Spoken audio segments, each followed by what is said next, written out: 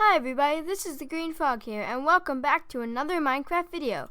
Today I am going to be showing off a rain detector, a fully automatic device that detects when it is raining. It does this very quickly and very reliably, so let's take a look at it. So this is it. It is a little big, and the output is right here. You can attach this dust to whatever you want, as long as it's pointing that way. So if you want to attach it to something, just do this, and you can put whatever you want over here. And that's about all I have to tell you about it. It is a auto rain detector, and it will detect when it is raining. And the way it does this is over here we have a bud switch, which is made by Half Creeper. It's a auto resetting bud switch. So what happens is when the fire goes away, this piston receives a block update, and it not only replenishes the fire but also gives out a pulse. And what this thing does over here is it checks the length of the pulse.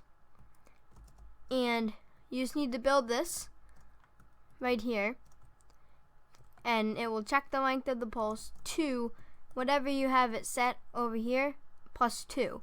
So 4, 8, 12, 16, 20, 22, 24 ticks.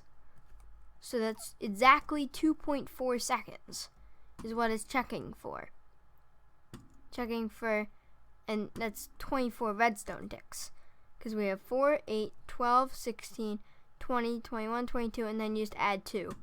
Which is 24. So it's checking if the pulse is exactly 2.4 seconds long, no shorter, no longer. And if it is, almost every time that it is, then that means that it's raining, because the chance of fire extinguishing at that exact amount of time naturally is ridiculously low. And as you can see, this dust has not been powered, and I've been talking for a couple minutes, and I actually tested it out for half an hour, left it on for half an hour, and made sure that the weather was constantly being clear, as you can see on the bottom left of my screen. And it worked, and this dust did not turn on. Let it sit for half an hour, and when the signal actually is exactly 2.4 seconds long, that's when it's raining, because when it's raining, fire extinguishes very fast, and the pulse is like between like 2.2 and 2.6 or something like that. So sometimes it'll be 2.4, and when it gets there, this piston will push out, and that will give you a signal. So what I'm going to do is I'm going to fly over here, shut off my little device that I have called auto clear. So now auto clear is off, and now watch this dust when I make it rain.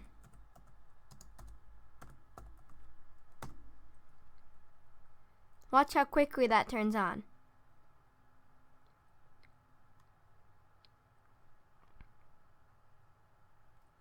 And it might not work instantly. There it is. Look at that.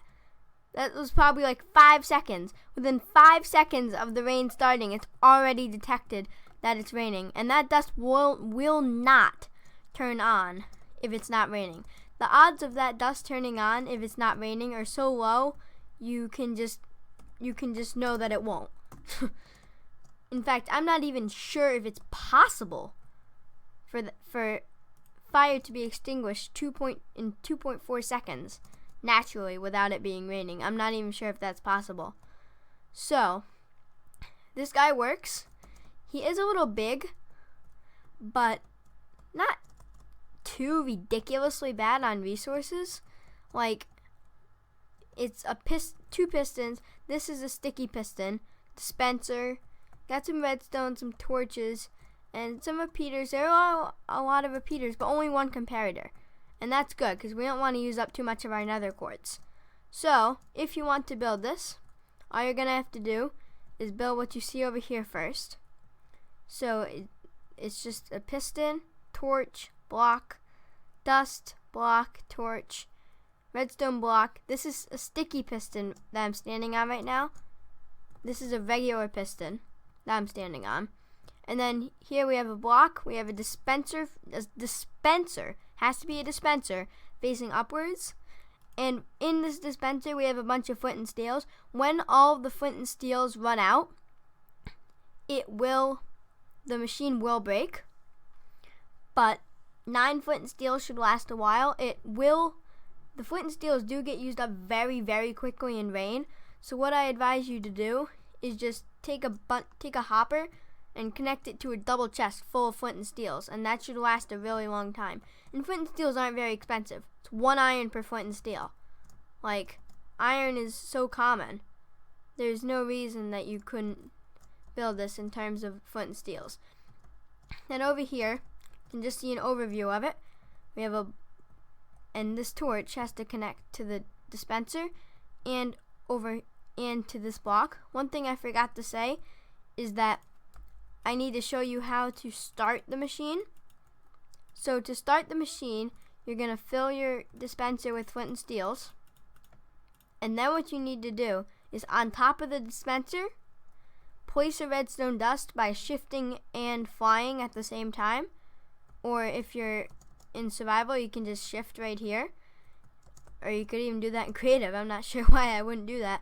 And then just break it. And as soon as you break it, the machine is started.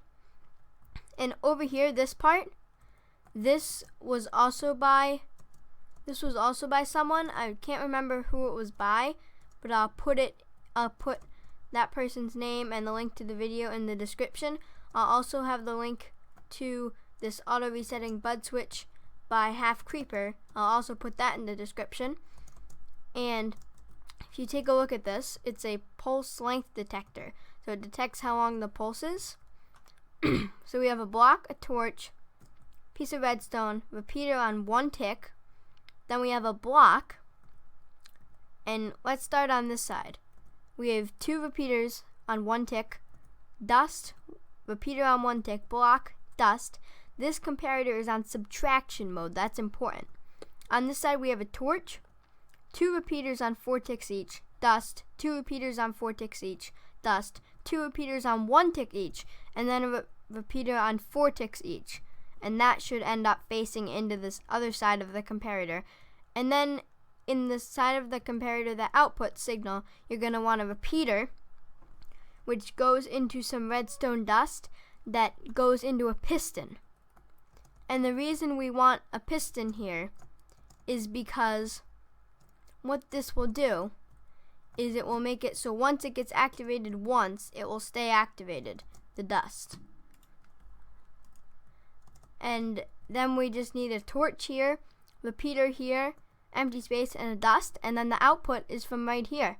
Or you could also have a torch under where the block would be when it's pushed by the piston. That's fine too. And that is the auto rain detector. So I hope you enjoyed this video.